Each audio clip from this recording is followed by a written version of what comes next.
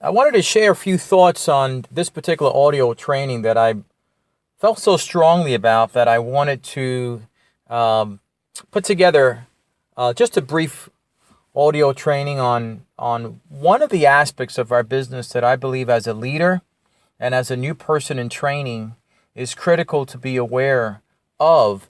And specifically in our business, but quite frankly, in any business where there's a mentor and a student, or a mentor and a mentee, or a leader and a new colleague, because the applications are the same regardless of the industry.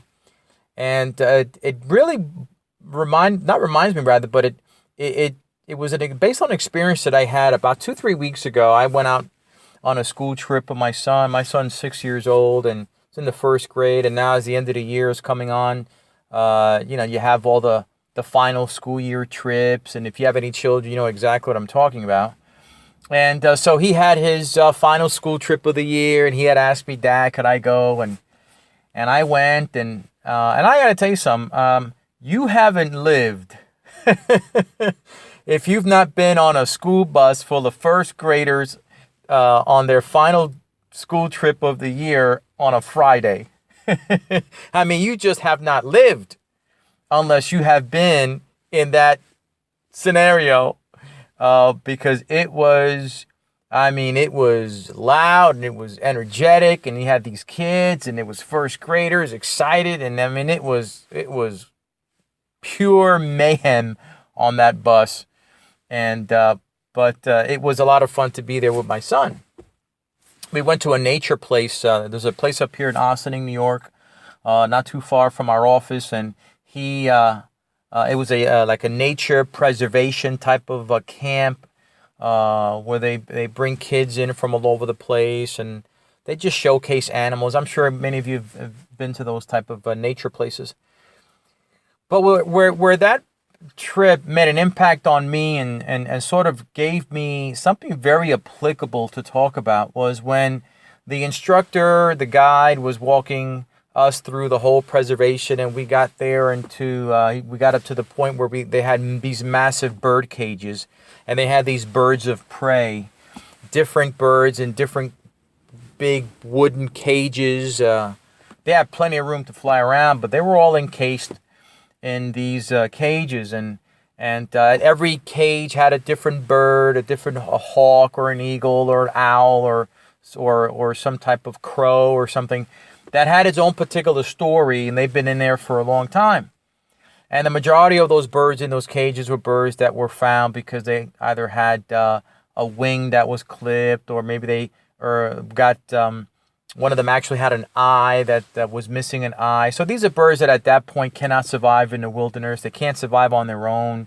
Eventually they would be either killed or eaten or whatever.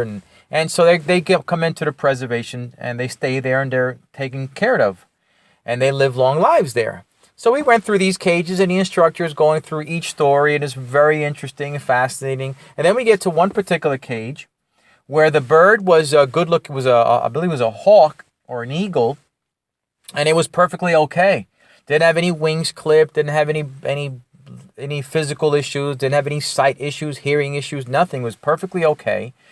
So my son asked the instructor, as he was saying that the bird is okay, my son asked the instructor, well, why is he in the cage? If he's okay, if he's not like the other birds, why is he in the cage? And the instructor went on to tell the group that the reason why that particular bird was in the cage was because that bird was found early on, shortly after it was born. It was found by some hikers, and the bird was obviously a baby bird, an offspring, and it was just close to death. So those hikers brought it in, and they brought the bird over to this preservation, and now the bird has been there for 8 years. So when we asked the guy, well, how come the bird isn't let go? I mean, he's okay now. And the instructor gave the reason, and it was very, very powerful, and again, very relatable to our business in a sense. He said, look, the reason why this bird is in this cage is because his mother never taught the bird how to feed. You know, there's birds and there's animals in the animal world that one of the things the mother does is teach the offspring some basic life skills, whether it's protection from prey or feeding. And those are usually the two most important one. And in the bird's case, the mother abandoned the bird, and that does happen. He was telling us, for whatever reasons, the mother doesn't feel like the bird is whatever, and they abandon their offspring. And it happens in all different sorts of animal kingdoms, in the animal kingdom with different animals. In this particular case, the mother hawk, or I believe it was a hawk, never taught the bird, its offspring, how to feed. So the bird didn't develop the life skill, the survival skill of feeding, and had it not been by those hikers, the bird would have died. So now that the bird is inside the cage, the reason why the bird can never leave that cage is because it wouldn't survive on its own. It was never taught how to feed. Those first few precious moments of that offspring being alive and experiencing life is when they were. It's when those. Is when they're in the most impressionistic and they have the ability to learn how to feed in those first few moments, days, or whatever after they're born. If it's not taught then, they never learn it. And the instructor gave us that information. It was fascinating. He said, look, even if we let this bird out, the bird doesn't know how to feed. It doesn't know how to feed. It has no idea how that works, so it would starve to death. So for the remaining of that bird's life, it has to stay in the cage and be fed by someone else. The sad part about that is, as the instructor told us, and I felt the same thing, is that this bird is never going to experience flight. It's never going to experience what it is to be free. It's never going to experience soaring. It's never going to experience all the other things I'm sure that birds experience as they live. Simply because the mother, the most important person in that bird's life in the first early stages of being born, never taught that bird the skill needed to survive. And I thought about that and I said, how important is that in our business? I mean, in anything really, but in our business, if you're a leader, sometimes you work with people and you wonder oftentimes why they're not developing, why they're not growing, why they're not building a business, and so on and so forth. And oftentimes it's because that brand new person who just joined your business never developed the most important skill that it took in order to survive. Now, in most businesses, there's always a skill that's important to develop first, right? In our business, it's the skill of prospecting, the skill of learning how to communicate, the skill of developing confidence. I mean, these are all very important skills that have to be developed early on by the leader, the mentor, to the mentee.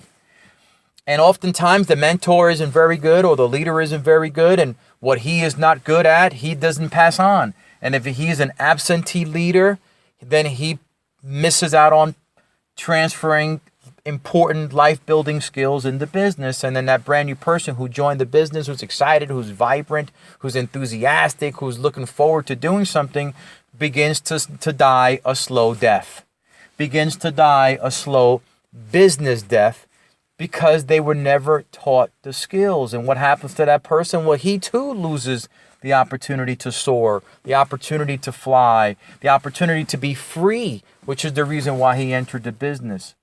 He was never taught those life skills early on. But I also kind of think about the mentee also, the brand new person who's in the business. Now, that bird had hikers find him. He was very, very lucky. But if you were in this business and you didn't have the fortunate experience of having a good leader or a good mentor, well, it's not the end of the world, because your responsibility is to go find somebody who can feed you. Go find somebody who can give you the knowledge and encouragement and the support and the skill and the things you need early on so you could survive this business. If you don't have someone that has given you that type of early life skill development, then it's your job to find someone who will. It's your job to get into a preservation, into a camp where you're surrounded by people that will help you develop those life skills. It's up to you to search the resources that are available in abundance that can help you develop those skills, but find a mentor that is willing to teach you those skills.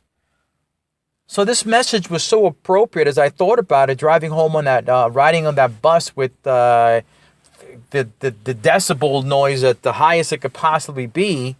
In my own quiet thoughts, I was reflecting on that.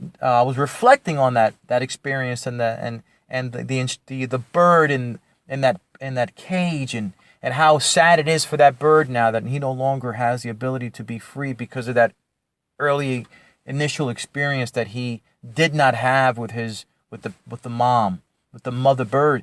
And here we have the same thing with the opportunities of building a business. If you're a leader here, your job is to teach your people the life skills to survive right away, early on. And if you're a brand new person in this business or in any business, if you don't have a leader that is able to give you what you need, then go find somebody who will. Go find the resources. Get to the camp. Get to the preservation. Get somewhere and get around people early on that can give you what you need, that can teach you how to feed, that can teach you how to develop those skills, and that can help you build the business you want to build so that one day you can achieve the freedom. You can have flight. You can enjoy the soar of what this opportunity or whatever opportunity you're in can deliver for you. I learned a big lesson that day and walking through those birds of prey. And it taught me something important about coaching and mentoring and leadership and how important it is to pass it on to people early on. And I'm hoping that it'll do the same for you on this training. Guys, appreciate your time.